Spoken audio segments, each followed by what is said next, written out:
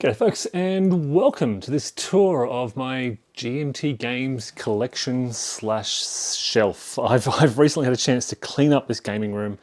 I've kind of relocated a lot of games, consolidated everything together. MMP games are on one shelf, I've got my Compass games on another shelf, and I've been able to bring all my GMT games together. They've mostly been on these shelves, but kind of spread around, so I've brought them all together.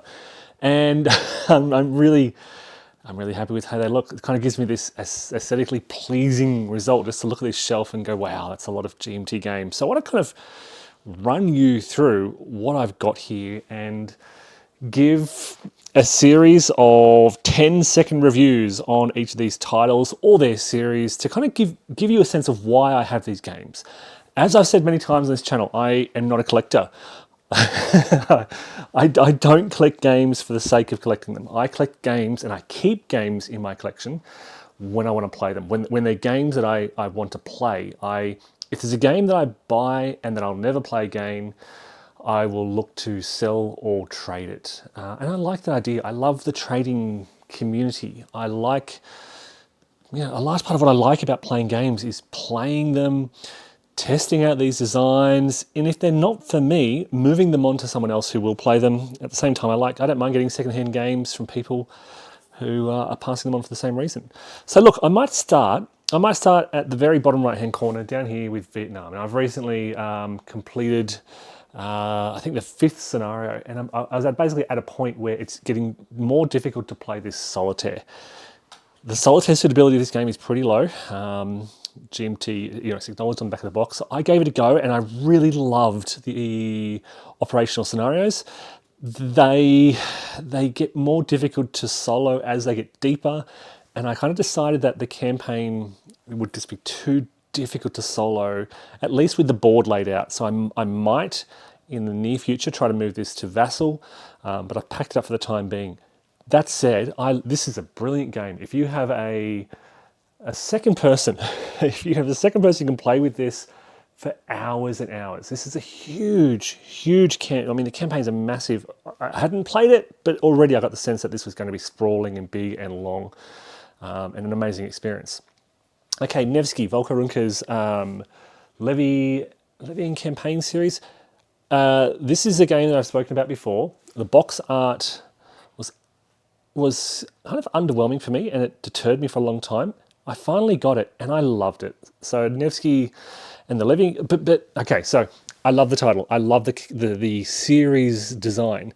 Having said that, I don't feel, because this is such a wonderful game that I don't get to play a lot, I don't feel the need to buy those other titles in the series. I've been tempted by Plantagenet because of the theme, yeah, I just feel if I want to play Living Campaign series, I'll just get out Nevsky.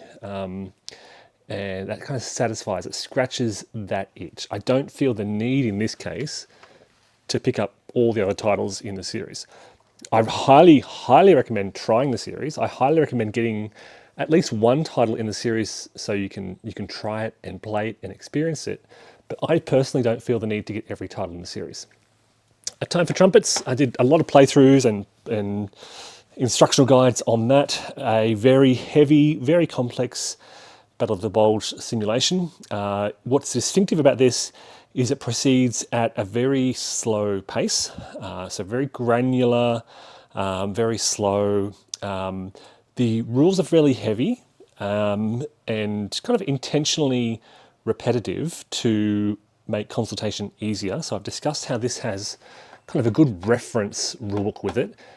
The depth of gameplay for this lies in all the charts. That's the kind of distinguishing feature about that. Heavy game where the depth is in the variable rules that are in the charts. So, you've really got to read and study those charts, the play aid charts, as part of learning the game.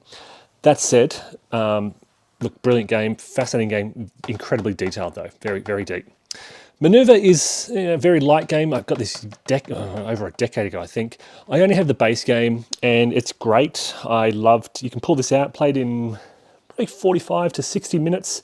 It's a light, abstract game on, representing Napoleonic era warfare. It's a fun game. I wouldn't go anywhere near calling it a simulation, but it's a fun little tactical game. You've only got 8 units per side. It's very much, it's got a chess-like feeling to it. You know, you are moving your units on this 8x8, I think it's 8x8 grid, and playing cards, a card facilitated combat and special abilities. And I think there are 8 major powers in the title, and each of those major powers has a distinct feel. They've got a distinct deck with distinct kind of advantages and disadvantages. And the expansions, I think there are multiple now, or a variant on it, they add different nations, which I've never felt the need to play, because there's enough replayability just in that base game. Every time you set it up, you set up 4 different terrain tiles, and yeah, it gives you a unique feeling. This is my coin collection. So I have 4 titles in the coin series. Friends have got most of the others. So together we have got I think we've got about 10 coin titles altogether. Another friend just picked up the newest title, Red Dust Rebellion, which we are hopefully going to check out pretty soon.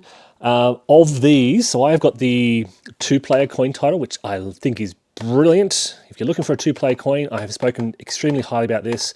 I think I've said that this is probably one of my favourite coin titles. I've got Andean Abyss, which we've only played, this is volume 1. I think I've only played this once or twice, so at least played. All Bridges Burning is a 3-player version. Great when you've got 3 players. I love Liberty or Death. A friend doesn't like it, so we don't get this played very often, which is sad, because I think it's brilliant. But yeah, whenever I say this to a friend, it's like, no, let's play some other coin game. So yeah, I own this. I think it's brilliant, but hard to get to the table. Space Corps 2025, 2300, John Butterfield design. A very interesting John Butterfield design. I actually haven't played... I'm familiar with the solitaire rules, but I haven't played it solitaire. But the multiplayer version of this is brilliant. I've done some videos on this. You know, space, what do you call it? Not quite exploration, but space travel and development and movement, stuff like that. I did a comparison with High Frontier. Check that out, where I talk about this in some detail. Okay, over here I've got Churchill, which is part of the Grand Statesman series. And then somewhere else I've got Versailles. So these need to come together. So maybe I should pull Versailles out of here and throw, if I take Space Corps out, and I'll put Versailles in its place. So I've got the Grand Statesman titles side by side. So I have played Churchill and Versailles now. I played Versailles, I think I played it 2-handed. So yeah, Grand Statesman series, they are, you know, quite distinct experiences. I actually held off getting Versailles for quite a while. Now, I only just picked this up in the recent GMT Games sale. I've had Churchill for a while, and I just felt that I was worried that all the other titles in the Grand Statesman series would be the same. In fact, they're not. Huge differences between the titles. I've also backed, what have I backed? Congress of Vienna and Triumvir.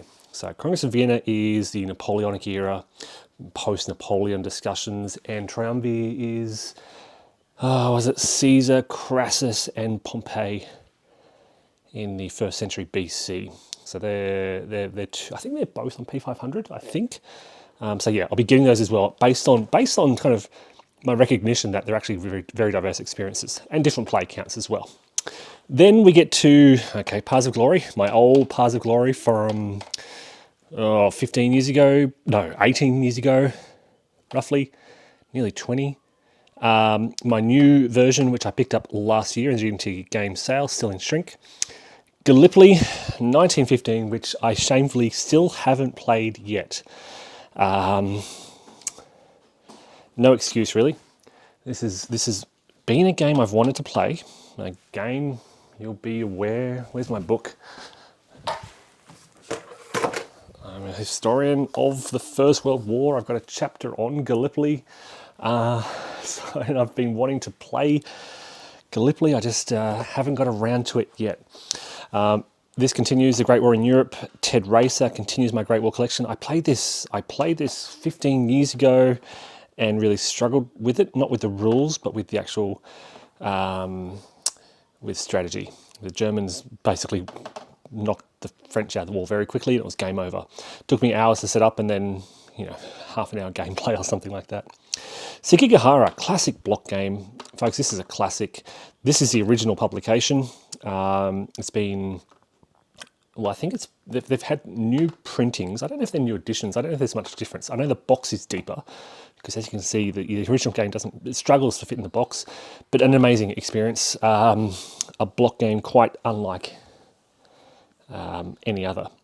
Then we have the 1914 series, and I've only played Serbian Musturbian, which again I loved, and I think I picked this up first, played it, learnt it, loved it, picked up the other two, and thought, yeah, I'm gonna go through the whole series.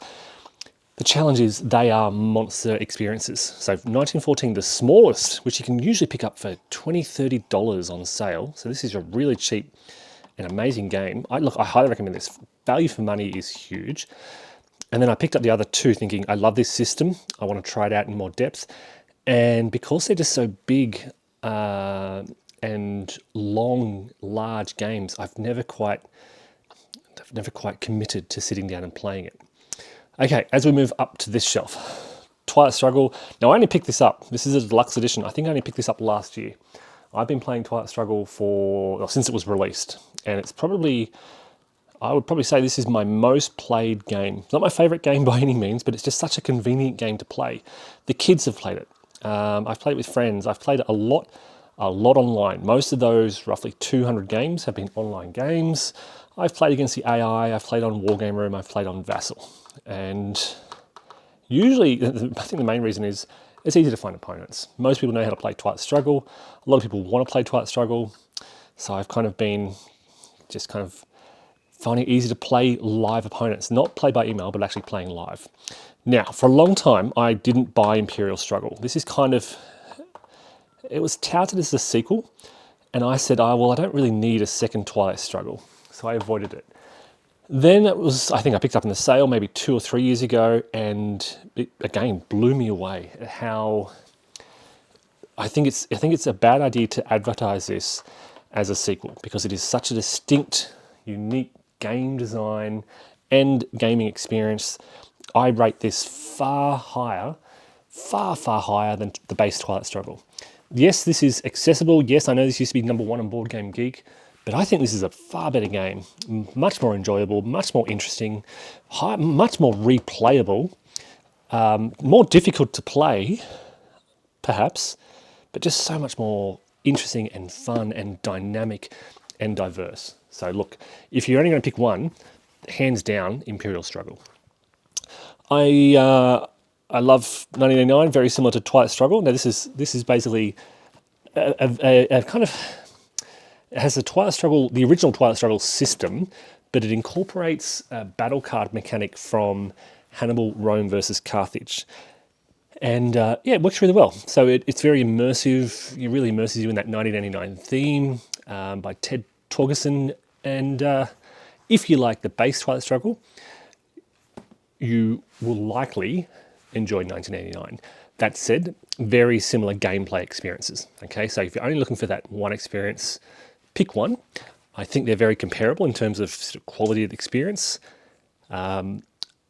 This is, as I said, has that battle card mechanic, which is slightly different, but yeah, both great games.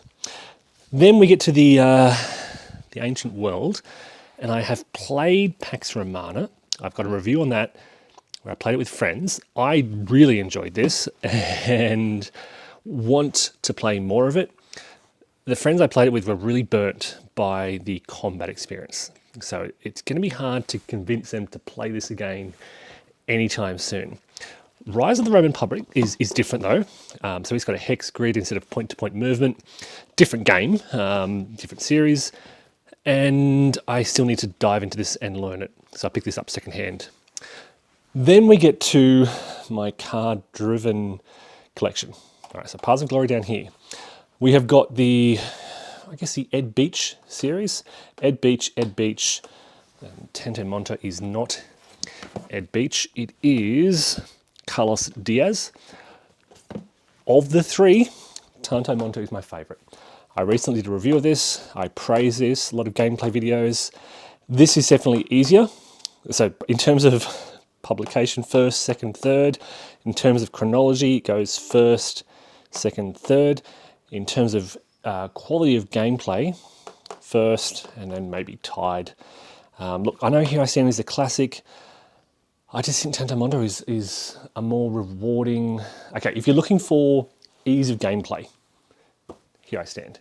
If you want a game that you can teach new players and get them going, you know, in what they're all heavy games, this is the easiest. This is certainly the most complex, but I think the complexity is rewarding. A lot of people disagree. There's been a lot of criticism of this and its bloat and chrome and complexity relative to the other two.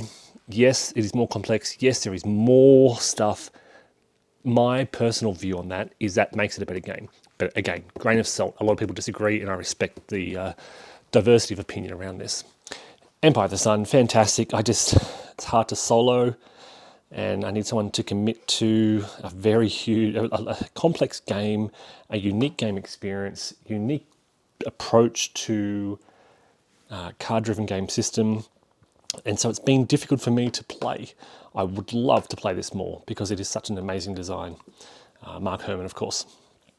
Pursuit of Glory is basically Paths of Glory with a lot more complexity and depth. But I'd argue in this case that the complexity and depth actually detracts from the... Well, maybe it's not the complexity that detracts, but it is more complex and it's not quite as fun. You don't quite have the same degree of tension as you do in Paths of Glory. Instead, you've got lots of other little things going on. You've got, you know, tribes that are uprising all over the place. You've got the Russian Revolution. You've got Turkish force depletion. You've got the railway you've got to build. All these other lots of these little complex things going on without quite the frontline tension of Paths of Glory. So it's an interesting experience. It is certainly flavorful. It certainly immerses you in this environment. But in terms of your experience, your gaming experience, it's still great, but not as good as Paths of Glory. I haven't played Illusion of Glory yet. It's still in shrink. Barbarossa de Berlin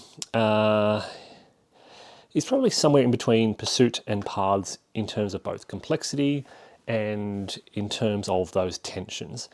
My experience, and I've played many games of this, nowhere near as many. I've probably played 10 games of Pursuit, probably 10 games of Barbarossa de Berlin as well. And it tends to be more... It tends to be... the narrative, the story that evolves in Barbarossa de Berlin tends to be more consistent. Paths of Glory can swing quite wildly. Barbarossa de Berlin tends to be, you know, the Germans push against Russia and it's either game over very early or they're in for a very long struggle with a lot of back and forth. Yeah, anyway. I haven't played Wellington yet, another card-driven game. I have played Napoleonic Wars, multiplayer, card-driven game. Quite chaotic and random. Probably a lighter, it's a relatively, you know, all these things combined, it's probably one of the lighter card-driven games. I probably haven't played it enough to kind of comment too much on it. I've only recently picked up Thunder Alley in a trade. I thought I'd check this out, so that's unplayed as yet. And then we get to the Mark Simonitch collection. France 40, Stalingrad 42 is one of my top two. North Africa 41, I didn't rate particularly highly for reasons which I kind of talk about in my review. Salerno 43 was an unexpected surprise. I did not expect much from this. Small map footprint, one mapper, low counter density, but very interesting decisions. A lot of sort of tactical and operational and strategic choices going on in this, which is really interesting. Holland 44, I've never really enjoyed because of the randomness of the bridges. I feel like the course of your entire gaming experience in Holland 44 comes down to what bridges are or aren't blown. And I find that very frustrating that, your numerous hours of experience of playing this, it comes down to those bridges. I've only played it twice. The first time I rolled horrifically on bridges being blown and the Allies had no chance. The second time I played it, the bridges were not blown and the Allies, I think they rolled into Arnhem from memory. It's on. I actually did some live playthroughs of this online, so you can check that out. But it's just that swinginess of the game experience based on that bridges, which I wasn't a fan of. Normandy 44, more of a grind relative to the others, a less mobile experience, but I mean, it's a Normandy campaign and it's a great simulation of the Normandy campaign at an accessible scale. And of course, my favorite in the series, and I think one of my favorite games overall in my entire collection, is Ardennes 44. And this is a must-have in any collection for me. It is the best of the series. I love the tension, the decision-making. You can be sitting there as the Germans looking at these road networks and just biting your nails. And I love that game facilitates that. All right, let's go to the top. I'm just going to move the camera up a smidge. Actually, I might move it up a fair bit because we've got some more. Some of my kids' art on the wall you can check out. I Napoleon, Sealed in Shrink, haven't opened it yet. Okay, so yep, I pre-ordered this. It arrived. Everyone was unboxing and playthroughing. I thought, well, I'll watch their videos rather than opening mine yet. So that's why that's still in shrink, because I've been watching others. Can't quite comment on it yet. US Civil War. I used to have a lot of Civil War games, a lot of battle games, a lot of tactical games, and I've really trimmed down, and this is my keeper. US Civil War, strategic experience in a handful, the full war, 1861 to 65, covering all theatres, okay, out to west of the Mississippi in a couple of hours. Accessible, enjoyable, tense, rewarding. It's my go-to. If I could only keep one US Civil War game, it'd be that. Space War I've covered. Blood and Roses, I tried to play this last year. I'm moving away. My interest, this is probably going to be traded. Look, I know people are going to hate me for this. It's not a bad game. It's a fantastic series. Richard Berg, is it the Men of Iron Volume 3. I guess I've realised I'm enjoying tactical battle scenarios less and less. And I'll talk about that more in sort of a moment. But yeah, not quite getting the enjoyment that I used to get from pitched battles, and I'll talk about that more in a moment. Crown of Roses, really another underrated game. Very, very difficult to teach and learn and play because it combines a block game system. It combines a card-driven game mechanics. It combines, what else? Bidding on nobles, and kind of, it's just bringing together so many different mechanics together. It's an alternative to playing Kingmaker. The challenge is it is difficult to learn, difficult to teach, and it takes 14 plus hours to play. If you play through for, it might end earlier. When we played it, so I sat down I soloed it, and then I taught some friends to play, and we sat down on a Sunday, and I was kind of relieved that I met an automatic victory condition. That may sound like a criticism of the game, but it is long. So under the right circumstances, with the right people and the right environment, it could be a great game. If you're in any way rushed or don't have the time, then it's a real challenge. The American Presidency, Gene Billingsley, again, this is another one that really, really surprised me. I did not expect much from this. It doesn't look, okay. It doesn't, it's a table basically with lots of, when I say table, the map itself is what's it called? The Resolute desk. And you've got all these little charts and tables and maps of the world. Gameplay is amazing and lots of decisions and really fascinating game experience. So that's another keeper. Downfall, I did some videos on. This was a real challenge to Solitaire as well. And this is another game where you need somebody to sit down for many, many hours. Fantastic design, but probably this is actually on my trade list. As much as I think this is brilliant, it's got a very low solitaire suitability. Solitaire suitability is 4, very difficult to solitaire, and yeah, haven't played this with anyone yet, so difficult one to get to the table for me, basically. Fields of Fire. I think enough has been said about this. I did some gameplay videos. I did a review. I acknowledge this is a great game design by Ben Hull. Ben Hull, yeah, Ben Hull. Recently, a deluxe edition came out. So many expansions for it. I'm keeping it. It's a keeper for me, but it's and I've actually been thinking about it a lot lately. It's what I dislike about it is these small degrees of randomness. So I think in 2 of the scenarios I played, I was doing really well and methodically clearing out these locations. And it's been a while, so I could be wrong here, but I think what happened was I had like an ambush, and suddenly enemy forces are popping up behind my lines on one of the final turns, which undoes my victory condition, and I lose a scenario. And I just found that really frustrating, that I can do all these things methodically and learning the right tactics, and then it's just undone by these random events.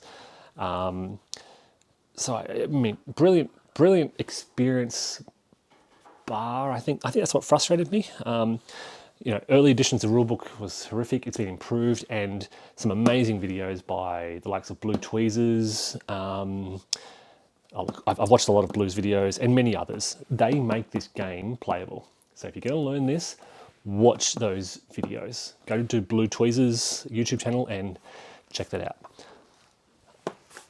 I haven't played this yet. I've had it set up a couple of times, including on Vassal, and I think it's online as well. There may be a Board Game Arena iteration, which I've dabbled with, but I haven't given it justice yet. Likewise, Rose to Leningrad. This is Vance von Borries' design, I'm pretty sure. Vance von Borries, yeah, it is. Haven't played it yet. And then this is sitting next to the East Front series. Okay, fascinating series. What can I say? Yeah, wow, depth of experience, depth of gameplay. It's a series, but every series covers a sort of different environment, and they are different experiences. They truly are. I've played, what have I played? I've played Typhoon, and I've played these 3 individually. I don't think I've played Crimea, and I don't think I've played Kiev to Rostov. But these 4 provide very different, same rule set, all right, same game design, but very different experiences based on the local situations. A World at War. I think about this a lot, and I'm still on the fence, as I was 2 or 3 years ago when I did my video on that. I would love to try this still. I would love to have the time. Maybe when I retire. This is probably my retirement game.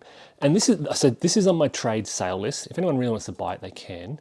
So too Pacific War. But both of these, I'm kind of, I'm really, should I take them off my trade sale list? Because so many great things about this. Michael did some great tutorial videos for Pacific War.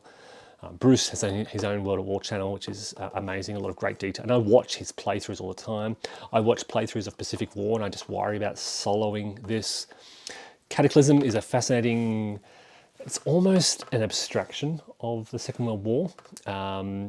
Very large areas. You're managing your resource, you're managing your war status.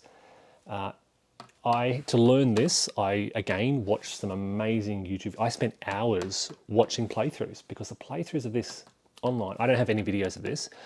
In fact, maybe I did a review, but the playthroughs of this are really great for learning. You just watch what people do, and it all clicks together quite easily. Okay, so friends, I taught them how to play, and they picked it up pretty easily as well, because I'd watched the videos.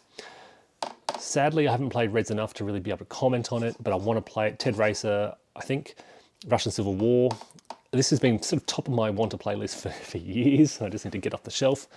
And then we have the Great Battles of History series, SPQR, and Great Battles of Julius Caesar. This is punched and clipped and ready to go. And I did all that, and then I played Men of Iron, and I was like, I just don't enjoy tactical battles that much. I'm keeping these I previously owned SPQR, sold it many years ago, reacquired it in shrink, and picked up this recently. They will not be leaving, but I'm not sure when I'll come back around to wanting to play sort of tactical battles. Atlantic Chase is amazing, fantastic design, fantastic implementation. I have nothing negative to say about this. Very innovative, very enjoyable, very interesting, blah, blah, blah. Over on the left here, 1862, Railway Mania in the Eastern Colonies. It is an 18xx game. Folks, if you're not familiar with 18xx games, the idea is that you invest in a train company, you use those companies' resources to build tracks, and you pick up and deliver goods to stations. But at the heart of the game is this kind of economic conflict. You are buying shares in other companies, you are competing with other players. I love the system. Nobody else does. None of my friends or family want to play these kind of games. What I like about this is that there is a solo variant, which is why I picked this up. So I only have now two 18xx games. I've got this one and Russia, which I feature on the channel, and I want to play the solo variant of this at some stage. Stalin's War is still in shrink. 1914, Glory's End, When Eagles Fight. Dual Pack is still in shrink. That's a Ted Racer dual design. And then we have the Dark series. The Dark Sands I haven't played. The Dark Summer, which I featured quite prominently in a review, comparison, a couple of playthrough videos. It's kind of a lighter version of Normandy 44.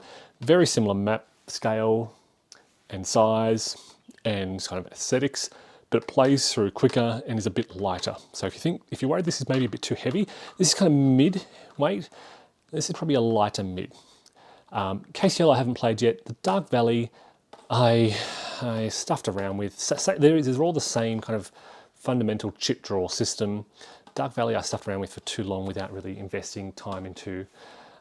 Didn't do it justice, so I'm worried about saying too much about it. But look, I love the chip draw system, which is why they're up here. And whilst not a GMT publication, this is Revolution Games, the Deadly Woods is effectively part of the same series, and kind of I'm giving this an honorary GMT, an honorary space on the GMT shelf. So folks, there you go. That's my GMT shelf. I'm pretty happy with how it all looks. I've got a few to get out of shrink, a few that are overdue for play. But yeah, I've kind of mentioned of these which ones are on my trade sale list, but most of these are keepers. Most of these are, yeah, these are here because they are games that at some stage I want to play, or have played and know I'll play again. So yeah, I hope that gives some insight into kind of my approach to not only GMT games, but gaming in general, and sort of why I've got these games. Thanks all for watching, and take care.